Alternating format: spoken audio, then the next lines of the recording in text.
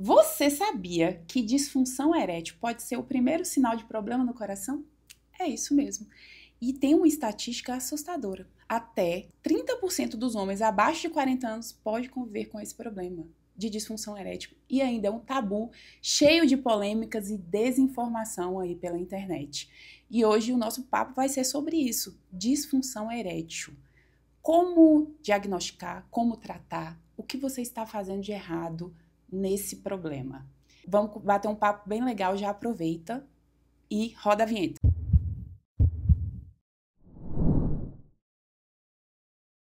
Olá, seja bem-vindo ao canal Por Você de Coração. Meu nome é doutora Yara Aguiar, eu sou médica cardiologista e por aqui a gente acredita que você é protagonista da sua saúde. A imensa maioria das doenças são sim evitáveis e mesmo quando já instaladas, as suas escolhas serão determinantes para viver com qualidade e ter longevidade. E hoje o nosso papo vai ser muito interessante, pode causar aí algum desconforto na galera, entre homens e mulheres, que é a disfunção erétil. E eu convidei um urologista expert no assunto também, um amigo que a Empreendedoc me deu, que é o doutor Sérgio Andurti, que é urologista pela Faculdade de Medicina da Universidade de São Paulo, fellow em uro-oncologia pela Vila Nova Star, andrologista da Clínica Gênesis em Brasília, e o principal do currículo dele, que é pai da Helena, esposo da Vitória. Exato.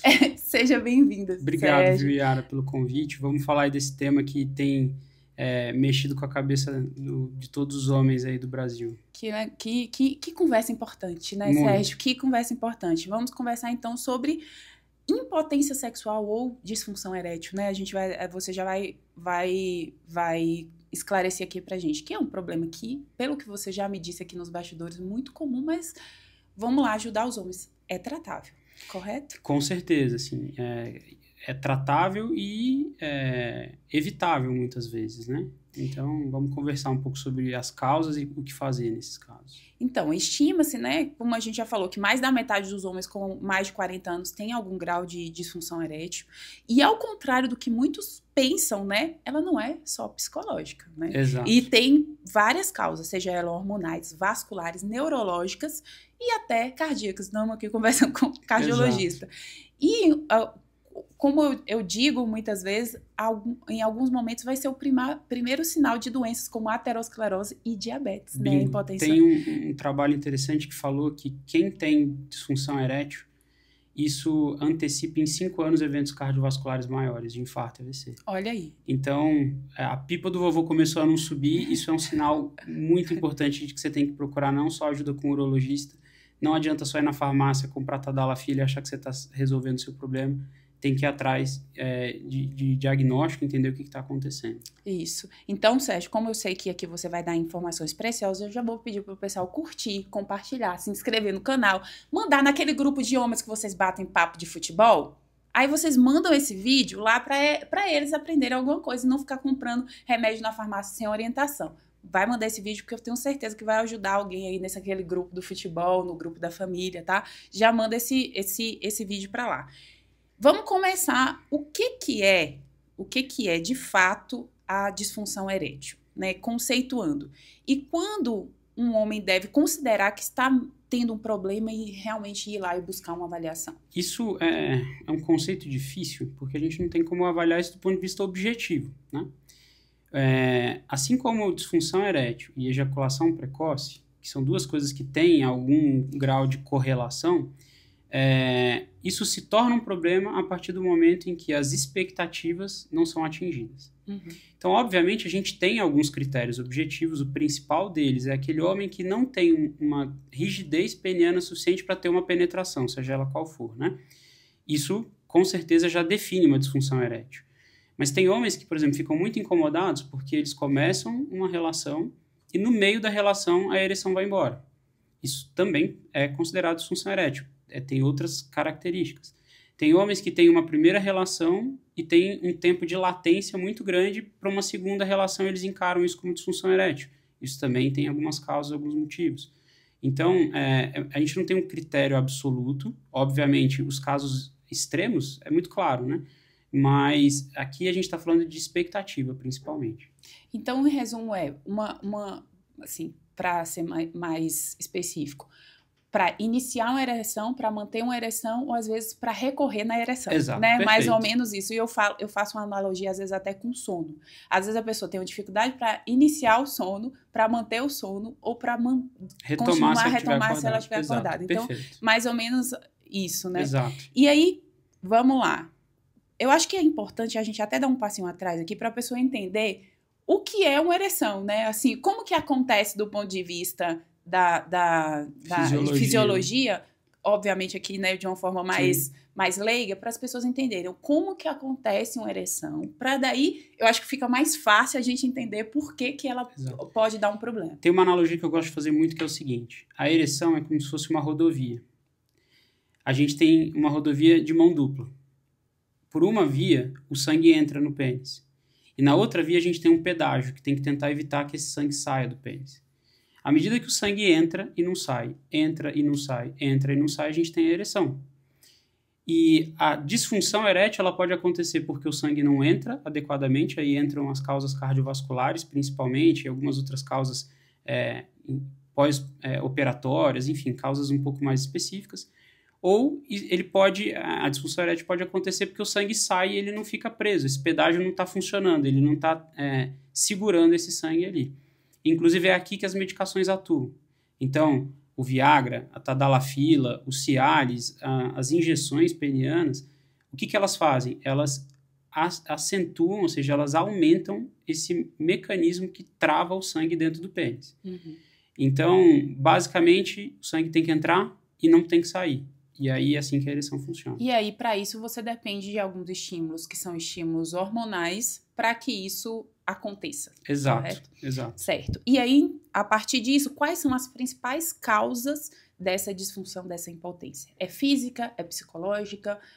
Quais são as principais causas dentro dessa estatística? A gente tem, assim, como no ensino médio, aquele sinal da matemática que tem 3 conjuntos ali em interseção, né?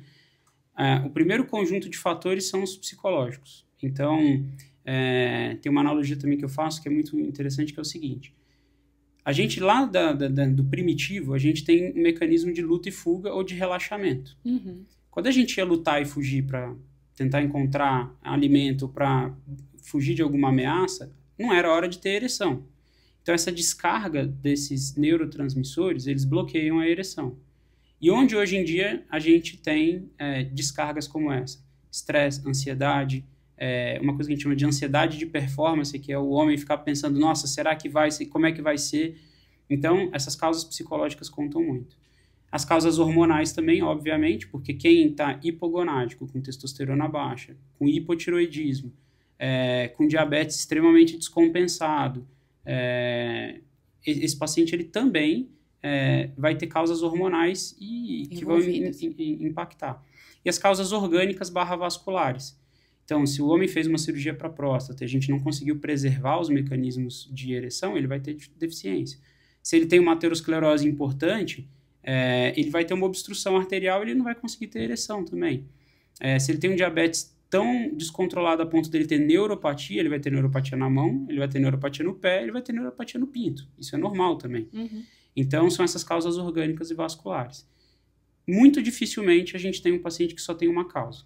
Então, a maior parte dos pacientes são multifatoriais. E aí, aqui eu acho que é importante também, às vezes, a gente bater um papo sobre isso, porque se tem muito a impressão de que o homem, da relação sexual para a ereção sexual, ele é como se fosse um interruptor. Porque não se sempre faz essa analogia. Não, o homem é interruptor. Aperta um botão lá, liga e desliga e ponto. E a mulher seria um Boeing, né? Uma coisa do Boeing ali, porque você tem vários botões e tal. Mas você esquece que o homem, essa questão, não que a disfunção, a principal causa seja a causa psicológica, mas ela também interfere, porque um homem que ele às vezes o cara com problema financeiro, com desempregado, às vezes ele com uma pressão no trabalho, às vezes ele tem uma descarga de hormônios que são da luta e da fuga, que é o cortisol, a adrenalina, noradrenalina, que são hormônios constrictores que contraem ali e também vão bloquear essa ereção, né? Então não é tão assim, o homem ele tem um mecanismo mais fácil do ponto de vista do desejo sexual, mas ele sofre a influência também de outros fatores. Exato. Certo? E isso é até mais amplo, a gente tem que entrar até numa questão cultural mesmo, enfim. Mas isso é muito fato, assim, existe uma pressão social de que o homem, ele tem que estar pronto o tempo inteiro, ele tem que render, ele tem que ter relações que duram 40 minutos, 50 minutos, 1 hora, a noite inteira, e que tem que ser natural isso para ele. Uhum. E como você falou, o cara tá com um monte de problema no trabalho, problema em casa, ele tá brigando com a esposa, ele não tem conexão afetiva, emocional mais naquele relacionamento, ele não cria momentos de vínculo, ele não vai ter ereção. Exato. E uma coisa, infelizmente, que é muito comum a gente ver no consultório, é um paciente que chega falando que tem disfunção erétil. Aí a gente começa a conversar e ele fala, não, eu tenho disfunção erétil em casa. Ah, mas fora de casa eu não tenho disfunção erétil. Isso acontece. E acontece por quê? Porque a gente está falando de conexão. Uhum. Então, assim, é um mecanismo extremamente complexo. Até por isso que as consultas que são feitas para tratar esses problemas, elas não podem ser consultas de 10, 15 minutos para dar um remédio e mascarar o problema. Esse é um assunto extremamente relevante e interessante para a gente falar. Então, existe alguma... Aí vamos entrar um pouquinho nessa série. Então, existe alguma relação, a gente já falou, dessa disfunção erétil e problemas cardíacos. E isso pode ser realmente, além de ser um preditor de risco de doença cardiovascular, pode significar uma aterosclerose precoce, né? Como Exato. você falou, até de antecipar o tratamento de doenças cardiovasculares chegando no urologista. Exato. Você vê isso de forma mais... A primeira coisa que eu faço para todo paciente que chega no meu consultório falando que quer tratamento para disfunção erétil, eu falo para ele, eu não vou te fazer nada hoje, você vai passar com o cardiologista. É a primeira coisa. Existe um conceito que chama conceito de Princeton. E qual que é a lógica desse? É um grupo de especialistas que sentaram e se reuniram e falaram, pessoal, beleza, para a gente tratar disfunção erétil, o que a gente precisa fazer antes para não matar o paciente? Porque o que o pessoal fica com medo do Viagra? Fica com medo da tadalafila, de infartar, né? Abre lá no Datena e vê que o senhorzinho estava lá com a namorada e infartou. Ele não infartou pelo remédio. Ele infartou simplesmente porque o coração não dava conta de uma atividade física e você deu um remédio que dava a possibilidade dele fazer uma atividade física que ele não estava acostumado. Então, a primeira coisa que eu faço é encaminhar para o cardiologista, para poder fazer uma boa avaliação cardiovascular. Tá tudo bem? Aí tudo bem, a gente vai colocar essa máquina para funcionar agora. Mas se não tiver tudo bem com o coração, não tiver tudo bem com risco cardiovascular, não trate disfunção erétil, porque aí sim é onde acontecem os problemas. Porque assim, as pessoas esquecem que você fazer uma atividade sexual é um exercício. Exato. Inclusive, é equivalente, a depender do tipo de atividade sexual. Vamos uma caminhada para outra maratona. Exatamente, uma caminhada maratona, em torno de 5 a 7, 3, 5, 7 metros, a depender... que é você subir lances de escada. Então, Exato. Essa pessoa que se infartou usando o Viagra, né?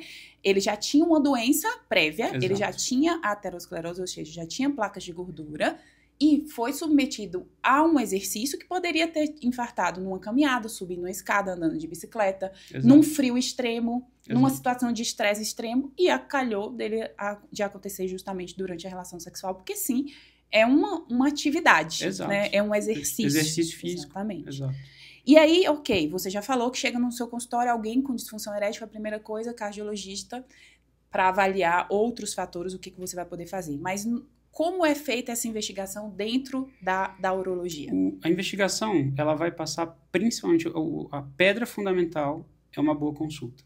Por quê? Se a gente estava conversando que tem causas psicogênicas, hormonais e orgânicas, a gente tem que entender na história, no exame físico daquele paciente, onde que a gente vai estar. Exemplo, essa semana eu atendi um paciente de 18 anos com disfunção erétil.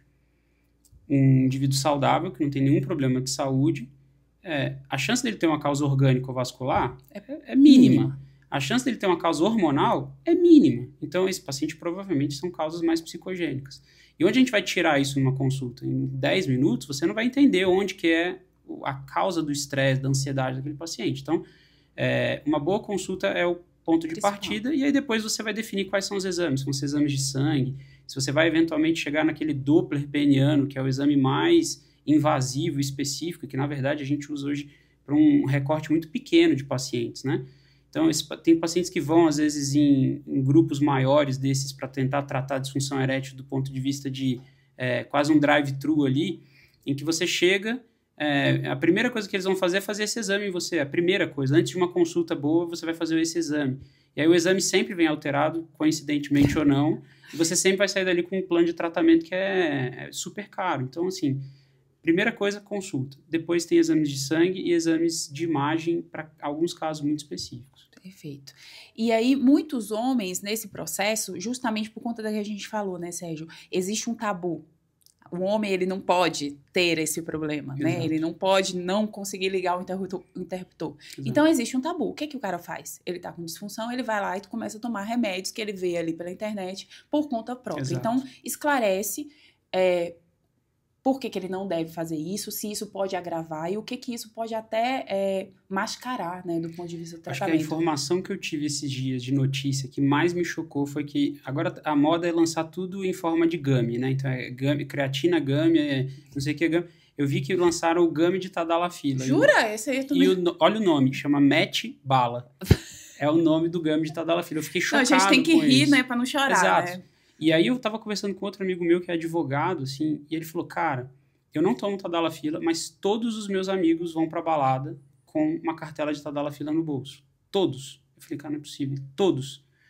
Assim, eu tô casado há muito tempo, graças a Deus, tô com uma filhinha, então eu não tenho ido muito pra balada, e graças a Deus pra mim tá tudo bem. Nana Neném da Helena. Hã? A balada é Nana Neném da exato, Helena. A balada é só lá em casa agora com a Helena. Então, assim, a gente tá vendo uma epidemia disso, né? As pessoas estão querendo usar até para academia, até te perguntar, enfim, porque isso é maluquice, eu acho.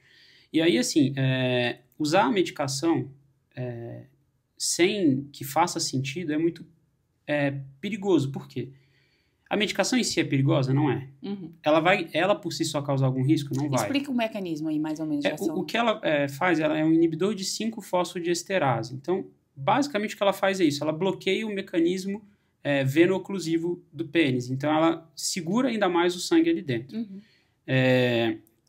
Por que eu acho arriscado a gente usar as medicações sem avaliação? Por um motivo. Isso gera no paciente ansiedade de performance. O que é isso? Se o paciente ele usa a medicação, ele vai ter uma ereção acima, talvez, do que ele está acostumado, porque, obviamente, ele está usando uma medicação para isso, né? E aí, depois, quando ele vai ter uma relação sem aquilo, o que ele vai começar a pensar? Nossa, será que vai ser igual? Será que não vai ser igual? Aí, isso gera o quê? Ansiedade. Ansiedade reação de luta e fuga piora a ereção. Aí ele toma a medicação de novo. Uhum. Aí ele toma a medicação numa dose maior. Aí ele vai aumentando a dose. Chega uma hora em que a medicação não faz mais efeito. Então, é perigoso por esse motivo, né? E aí eu costumo falar o seguinte, que as pessoas também, quando ela começa a usar uma medicação, eu estava comentando sobre isso ontem, não existe solução simples para problemas complexos. Então, você mascara, você usa uma medicação que você está mascarando. É igual enxaqueca, por exemplo. A pessoa toma remédio para dor de cabeça toda hora, mas ela não está tratando a base. Você usa remédios para melhorar aquela dor específica, mas você não está tratando a base. O que está causando aquilo? Como você falou, são problemas complexos. E algumas vezes o cara está ali negligenciando um problema de depressão, um problema de ansiedade, Exato. Um problema que algumas vezes pode ser orgânico, Exato. Hormonal ou não. Então, você precisa buscar a base para tratar o problema que é, sim, complexo, né? E como eu vi num Instagram muito bom da doutora Yara esses dias, a gente nem sempre vai fazer o que a gente quer. Bem-vindo à vida adulta. Aí que tá o problema. A gente tem que encarar as coisas como elas realmente são. E, obviamente, a gente está entrando num mundo assim, de redes sociais e de velocidade de tudo, em que você vai ver na rede social as pessoas falando que uma relação tem que durar pelo menos 1 hora, 2 horas, se for isso, não é uma relação. E aí as pessoas vão entrando num conceito completamente errado. E, assim, relação tem uma base, que é conexão. Uhum. Então, tem pacientes que já entraram no meu consultório falando que tem ejaculação precoce, porque eles estavam tendo relações de 45 minutos e não era suficiente, falando que 45 minutos era ejaculação precoce. Vamos falar até sobre isso, porque eu já vi, né, já li qual é o tempo, eu queria que você esclarecesse aí. Tá. Qual é o tempo de uma relação? Eu digo, óbvio, eu tô falando, né, a média de uma relação, para que os homens até se sintam, né, aí acolhidos, exato, vamos dizer assim, né, porque, não, gente, nem tudo é um sexo tântrico, né, exato, porque eu tô falando ali existem várias fases ali da relação, porque você for contar da conexão, como você falou, como você inicia, porque às vezes aquela relação pode começar ali na mesa do jantar, Exato. né? Em outras fases, somos românticos, né, Sérgio? Conexão. E aí, então, até chegar lá naquela, mas o ato em si, fala aí pra galera, qual é o tempo? Então, qual que é a definição de livro de ejaculação precoce? Porque o que não é precoce, em teoria, é normal. Normal, exato. Ejaculação precoce de livro é menos de 1 minuto. Essa é de livro. Certo. Eu já tive pacientes, como eu falei, 45 minutos achando que era ejaculação precoce. Mas a média é alguma coisa em torno ali de 5, 7, 10 minutos. Não passa muito disso. Entre 7 e 8 minutos, né? Não passa disso. Tá? Uhum. Então, é mais ou menos a média. E relação, uma coisa que as pessoas acham, assim, é que relação é penetração. Só. Isso. E não tem absolutamente nada a ver com isso. Então, assim, existe milhões de coisas ali que, como você falou, a relação, na verdade, ela começa, às vezes, numa troca de mensagem, no jantar, numa outra coisa, enfim. Então, quando o homem abastece o carro da mulher, já começou a relação ali. Deu presente, já começou ali. Exato. Então, assim, a penetração, ela é uma parte importante, obviamente, da relação, mas ela é geralmente uma consequência, assim, é uma coisa que leva até aquilo. Certo. Se você quer começar a relação por aquilo, pela penetração, muitas vezes vai ser aquela relação que não vai preencher as expectativas, não vai criar conexão, vai acabar antes da hora. Que hora é essa? Na verdade, é a hora que os dois estão satisfeitos. Exatamente. Eu tenho pacientes, às vezes, que chegam no consultório e falam que tem 1 minuto, 1 minuto e meio de relação e tá o homem e a mulher satisfeitos. Ok. Tá tudo bem, entende? Então, expectativa e conexão. Com certeza. E aí, a gente também tá na época aqui dos hormônios, né? E aí, nesse tratamento, você diagnosticou, você sabe que aquele cara não tem nenhum problema cardiovascular, ele pode iniciar o tratamento. Como é feito esse tratamento, né? Falando até sobre as medicações, os inibidores da fosfodiesterase, se elas são indicadas, e quando é indicado também, se é indicado o uso de hormônios, como testosterona, por exemplo. Legal. Então, assim, o tratamento da disfunção erétil é uma escada, e a gente até chama assim mesmo, tem o degrau número 1, degrau número 2, degrau número 3. Certo. O degrau número 1 são as medicações comprimidos, via oral, né? Junto com, obviamente, mudança de estilo de vida, psicoterapia nos casos que são necessários. As medicações são essas, o Viagra, Tadalafila e Ordenafila, são todas medicações primas de uma mesma classe e o que elas fazem é bloquear a saída do sangue do pênis. O segundo degrau são as injeções intracavernosas. Literalmente é uma injeção no pênis. Tem uma série do Fábio Porchat e do Portugal que são... É muito engraçado. Em que o Portugal, ele é o pênis do Fábio Porchat. E o Fábio Porchat tá com disfunção erétil. E aí, um dos episódios dessa série é o Fábio Porchat tentando fazer uma injeção nele, no Portugal. E, cara, é muito engraçado. E, assim, as injeções, elas basicamente são medicações mais potentes que bloqueiam ainda mais a saída de sangue do pênis. Mas tem esse mesmo mecanismo de ação. De inibir a fosfodiesterase? Ou não? Eles são diferentes. Os mecanismos são diferentes. Certo. Mas a função é a mesma. E a terceira linha são as próteses. Então, aí são cirurgias que precisam ser muito bem esclarecidas, mas que quando o paciente chega nesse ponto, ele geralmente está muito tranquilo de tomar essa decisão, porque são os casos realmente, aí sim, graves, em que a gente não tem mais só a questão psicogênica envolvida. Aí sim a gente tem causas orgânicas muito importantes. Por exemplo, um paciente que infarta, e ele tem uma obstrução completa coronariana, se ele vai para um CAT, você não vai abrir uma coronária que está 100% fechada, porque ela já fechou. Já fechou. A artéria do pênis, a gente não tem a descendente anterior, a diagonal, a gente só tem uma artéria. Então, se ela fechar, e foi uma oclusão, assim, irreversível, às vezes a gente não tem o que fazer. Então, esses pacientes, quando definem pela prótese, eles já são quadros, assim, extremos. Diabéticos então, também. Exato. Às vezes até pacientes que, por exemplo, passaram por cirurgia de câncer de próstata. Tem um quadro que chama priapismo, que é quando o paciente tem uma ereção, só que patológica, ou seja, uma doença. Certo. São aquelas ereções que duram mais de 3, 4 horas. Isso não é bom, por incrível que pareça. Na verdade, isso começa a dar dor, começa a trazer problema para o pênis. E até isquemia também. Exato. Pênis, né? Então, pacientes que têm anemia falciforme, pacientes que usam droga, cocaína, pacientes que hoje em dia estão usando Venvance, essas anfetaminas estimulantes, alguns pacientes que começam a tomar medicações psiquiátricas, eles podem desenvolver priapismo. É raro, muito raro, mas pode acontecer. E, por exemplo, eu atendi essa semana um paciente que ele estava com priapismo há 2 semanas. E, obviamente, era um priapismo que vinha e vinha, mas eram 2 semanas. Nesses casos, quando a gente resolve o priapismo, 90% a 100% dos pacientes, às vezes, ficam com uma disfunção erétil que não tem o que fazer mais. E eles precisam ir para a prótese. Então, assim, a prótese é o final de linha. Então, são poucos pacientes. E quando eles colocam, eles ficam muito satisfeitos. Então, o índice de satisfação é maior do que 90% a 95%. Mas é a última escala do tratamento. É a última escala do tratamento. E aí, e sobre o uso da testosterona? A testosterona, a gente tem, assim, uma epidemia hoje em dia, e ela não é brasileira, ela é mundial. Atendi ontem um paciente da Alemanha que veio me perguntar sobre como ele podia fazer reposição de testosterona. E aí, assim, o que a gente tem muito bem estabelecido? Testosterona baixa, realmente baixa, com sintomas, isso aumenta risco cardiovascular. Então, aquele paciente que tem 100 de testosterona hipogonádico, francamente hipogonádico, obviamente, a gente tem que ver, porque provavelmente esse paciente tem também obesidade, diabetes, colesterol, então a gente não adianta também dar só testosterona. Mas para esse paciente, ainda mais quando a gente controla tudo isso, a gente tem já hoje em dia evidência de que isso aumenta risco cardiovascular.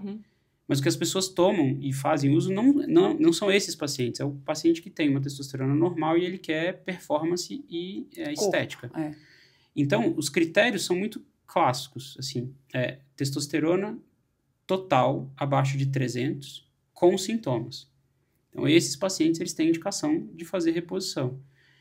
Obviamente, eu nunca gosto de começar com reposição. Eu começo com mudança de hábito, estilo de vida, uma avaliação completa e tudo mais, e se tiver tudo bem, a gente realmente é um paciente hipogonádico, ele está com uma coisa que a gente chama de DAEN, né? Que é a deficiência androgênica do envelhecimento masculino, a nossa famosa andropausa.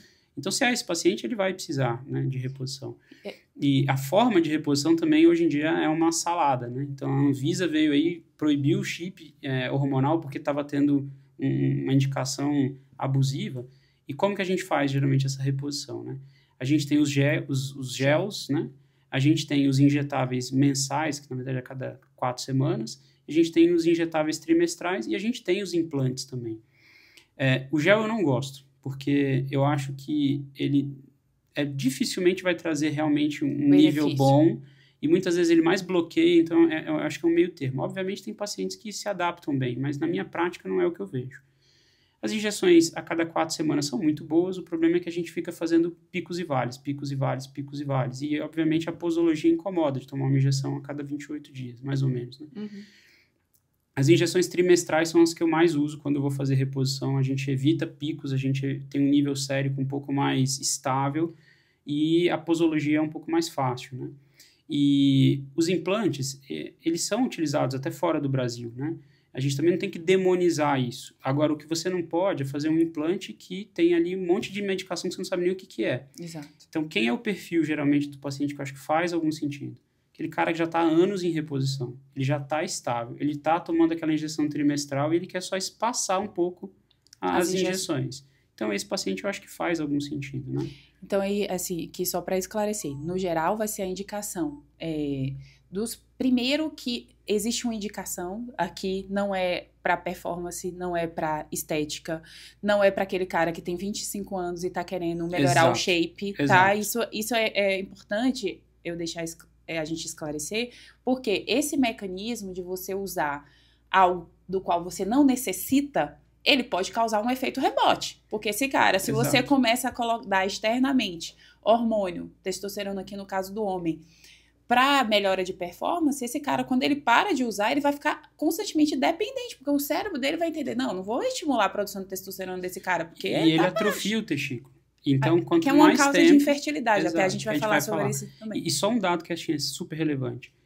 O uso suprafisiológico, ou seja, aquele cara que não tem o menos de 300 e não tem sintomas. Então, aquele paciente que não precisa repor. Então, quem não precisa repor e está repondo por estética ou performance, esses pacientes, eles têm um risco 3 vezes maior de mortalidade de todas as causas. Exato.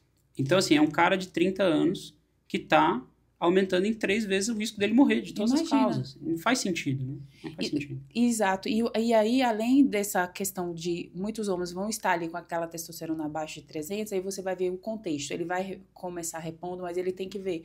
Ele é obeso, por exemplo. Se ele é obeso, essa transformação... o hormônio masculino ele vai acabar sendo também transformado em estradiol. Por estrona, por esse tecido gorduroso, né? Então, é importante que toda a cascata de mudança de estilo de vida esteja acompanhando esse processo, porque o cara emagrecer, muitas vezes ele vai aumentar a testosterona dele, né? Ele passar a fazer exercício, ele passar a dormir bem, ele cuidar da saúde mental. Então, tem todo um contexto interdisciplinar que vai fazer com que esse nível de testosterona possa aumentar também, né? É isso aí. Então, beleza. Em resumo, não tem caminho fácil. Não tem caminho... É isso que a gente tá falando. Não tem soluções fáceis para problemas que são complexos. Todo caminho fácil começa fácil e termina difícil. É isso. Exatamente. Então, você falou a respeito do uso de cigarro e álcool e esses anabolizantes, a gente já falou do anabolizante, que sim, pode ter um efeito, mas e o álcool e o cigarro? Também tem um efeito? O perfil do paciente hoje é aquele cara jovem que fuma vape, que bebe, usa anabolizante. Então, assim, todos esses outros estressores, né, eles também impactam, porque aumenta risco cardiovascular, aterosclerose, isso piora a ansiedade. Obviamente, a gente teve um evento gigantesco na vida de todo mundo recentemente que está sobrecarregando os serviços de psicologia e psiquiatria, que foi a pandemia. Todo mundo ficou meio maluco nessa pandemia, né? Quem não ficou? Então, esses outros estressores, eles também influenciam muito nisso, né? De novo, assim, é chato e parece repetitivo, porque a gente fica aqui, parece que a gente fica falando mais do mesmo, mas infelizmente é mais do mesmo. É hábito e estilo de vida saudável. Comer comida de verdade, fazer atividade física, dormir bem, tentar controlar estresse, isso tudo vai ajudar, né? Inclusive na disfunção erétil. E aí eu acho que é legal isso, porque assim, os pacientes e muitas vezes as pessoas no geral estão procurando uma pílula. Você fala assim, chega ali com o Sérgio e fala, eu tô com disfunção erétil. Tô com disfunção erétil, quero um remédio para resolver isso. Aí você vai lá, dá, sei lá, é a testosterona, é a tadalafila, você deu, pronto. Aquilo ali resolveu, é aquilo que vai resolver o meu problema. Você tira a autorresponsabilidade, você tira do paciente falar assim, ou às vezes do próprio médico falar, não, é um problema complexo. Não existe uma fórmula mágica para resolver isso. Você também tem responsabilidade. Não vai ser um remédio que vai te dar que vai resolver isso.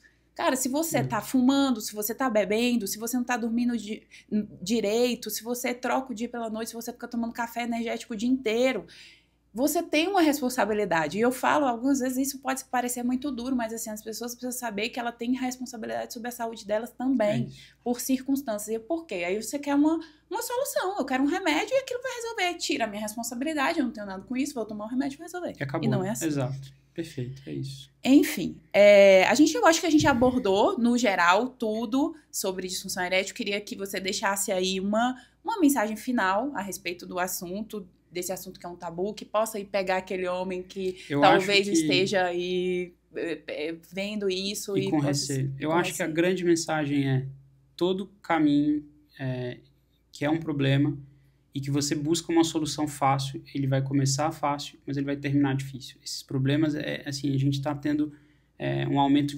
gigantesco desses pacientes no consultório que começaram com esses atalhos e agora estão chegando com situações que já eram complexas, muito mais complexas. Então, busquem ajuda.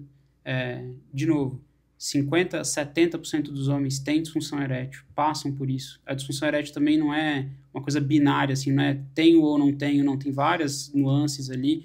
Então, procurem atendimento, procurem ajuda, não tem problema nenhum, a gente está aqui para isso, a gente está aqui para falar de saúde, promover saúde. Então, acho que é isso. E quem quiser, minha rede social é sergioandurte.urologia, o Instagram, e drsergioandurte.com.br, meu site. Perfeito. Quero te agradecer mais uma vez Obrigado, pela tua Iara. contribuição. Sei que você aí, muito sucesso para você Pra nessa gente, jornada pra para a nós. gente. E aí, como mensagem final, eu quero dizer para vocês que disfunção erétil não é sinal de fraqueza, ok? Esse pode ser o primeiro sinal, um sinal precoce de doença cardiovascular. E você buscar ajuda quanto a isso pode sim salvar a sua vida. E aí a gente detectar alterações que talvez estejam quiescentes, silenciosas, sem dar outras manifestações que muitas vezes seriam cardiovasculares, e você começar com o urologista e parar no cardiologista e tratar uma doença que poderia no futuro aí te trazer um desfecho fatal. Por isso, muito obrigado mais uma vez. Eu queria que vocês curtissem, compartilhassem, mandassem nos grupos aí de família. Faça um comentário, coloque uma dúvida, quer perguntar alguma coisa, eu passo para o Sérgio, ele vai responder aí para você. E minhas redes sociais é doutora Iara Aguiar, me segue lá para mais dicas. E esse foi mais um Por Você de Coração.